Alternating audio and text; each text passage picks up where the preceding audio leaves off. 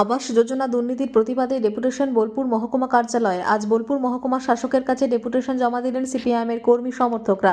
তারা জানান যে রাজ্যে যে সকল দুস্থ গরিব পরিবার আছে, যাদের মাথার ছাদ নেই, শীত গ্রীষ্ম বর্ষা দাঁড়াবার জায়গা নেই, তারা আবাস যোজনার বাড়ি থেকে বঞ্চিত।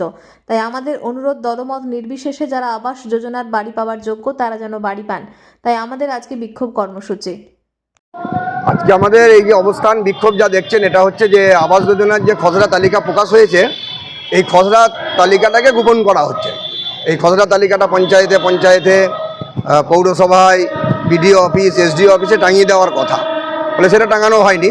কারণ হচ্ছে এটা দেখা যাচ্ছে যে এই তালিকায় যাদের নাম আছে তাদের বাড়ি আছে, এদের একাংশ হচ্ছে তৃণমূলের নেতা। আর তার পাশেই দেখবেন যে খড়ের চালায় বাস করছে, মাটির বাড়ি, সে বাড়ি পায়নি। আবার এমন দেখা যাচ্ছে যে চাকরি করেন সরকারি, তিনিও বাড়ি পেয়েছেন। ফলে আমাদের দাবি হচ্ছে যে এই আবাস যোজনায় এই দুর্নীতিটা অবিলম্বে বন্ধ করতে হবে এবং সব গরিব যাদের বাড়ি পায়, যাদের বাড়ি নাই, তাদের বাড়ি দেওয়ার ব্যবস্থা করতে হবে। Bureau report, PB news. সৌন্দর্য লেডিস বিউটি পার্লার। আর দেরি না করে আজই চলে আসুন। মেয়েদের জন্য সুখবর, এখান থেকে পাচ্ছেন মেয়েদের বিশেষ সাজসজ্জার সকল সামগ্রী এবং বিভিন্ন মেশিনের সাহায্যে সাজসজ্জা করানো হয়।